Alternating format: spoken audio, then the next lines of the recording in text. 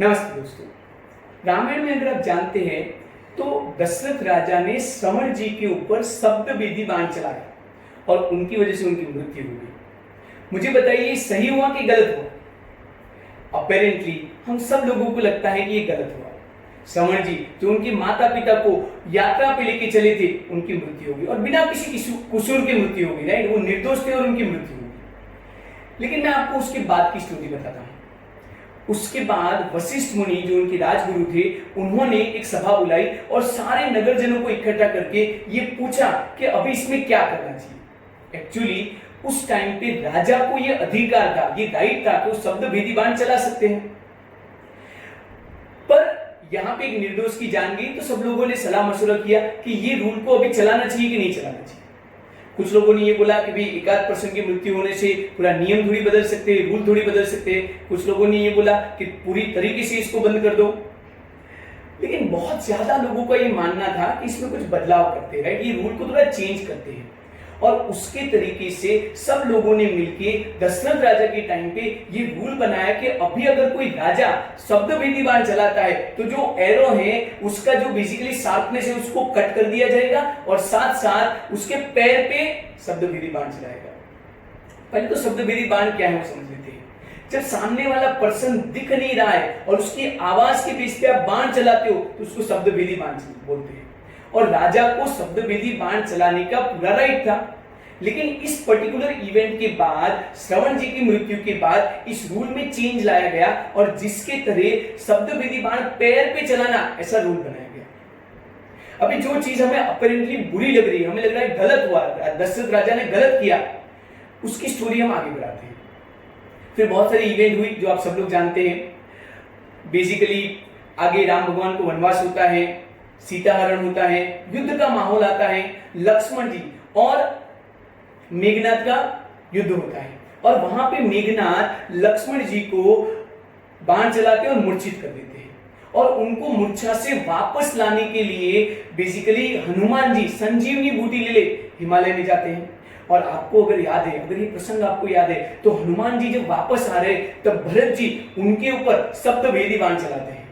और ध्यान रखना उस टाइम पे भरत जी उनके पैर पे शब्द भेदी बाण चलाते हैं जिससे हनुमान जी की मृत्यु नहीं होती है। हनुमान जी की मृत्यु नहीं हुई, इसका मतलब बाद में हनुमान जी संजीवनी बूटी लेके पहुंचते हैं, लक्ष्मण जी जिंदा हो जाते हैं और उसके बाद मेघनाथ मृत्यु होता है, रावण वध होता है।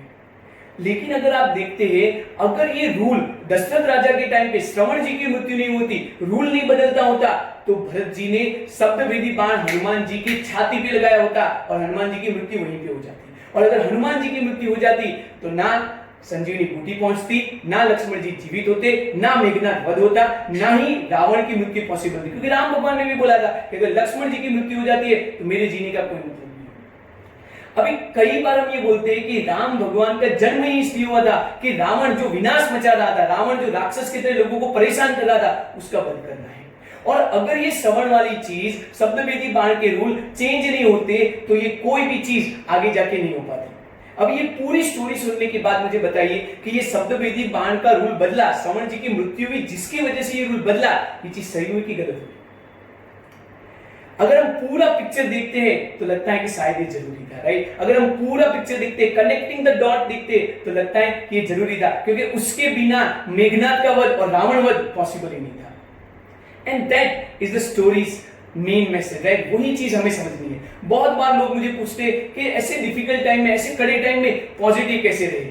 हम पॉजिटिव रह सकते हैं ये जान के कि जो ग्रैंड प्लान है, भगवान का जो ग्रैंड प्लान है, उसमें जो चीजें हमें अभी लग रही है सही नहीं है, वो कड़ी कहां पे जाके जुड़ेगी और कितनी बड़ी चीज होगी वो हमें कभी नहीं पता है, राइट। और जब तक वो कड़ी जुड़ती नहीं है, जब तक स्टोरी एंड नहीं होती है, तब तक हमें सिर्फ ये भरोसा रखना है कि ऊपर वाले का प्लान हमारे प्लान से हमेशा बेहतर होता है, ऊपर वाले की सोच हमारी सोच से हमेशा बेहतर होती है। क्योंकि जो चीजें हमें अभी लग रही है सही नहीं है, श्रवण मृत्यु जो अभी लग रहा है सही नहीं है, वो बाद में जाके संसार का सही करने में, भला करने में बहुत बड़ा काम करेगा। वो रूल चेंज करना बाद में जाके एक कड़ी बनेगा जिससे बहुत सारी चीजें बदलेंगी, राइट। अभी जो लग रहा है कि सही नहीं हुआ वो बाद में जाके आपको बहुत बड़ी चीज देने वाला है। And that is the story, that is the moral of the story. वही हमें समझना है, सिर्फ और सिर्फ भगवान का जो ग्रैंड प्लान है उसके ऊपर पूरा भरोसा रखना है, और तब तक जितना भी चीज हो रहा है वो सही है या तो गलत है उसको जज नहीं करना है। राइट, हमें कभी भी नहीं पता चलेगा कि क्या अभी जो सही लग रहा है वो सच में सही है कि नहीं, और क्या अभी जो गलत लग रहा है वो सच में गलत है कि नहीं। That's my story,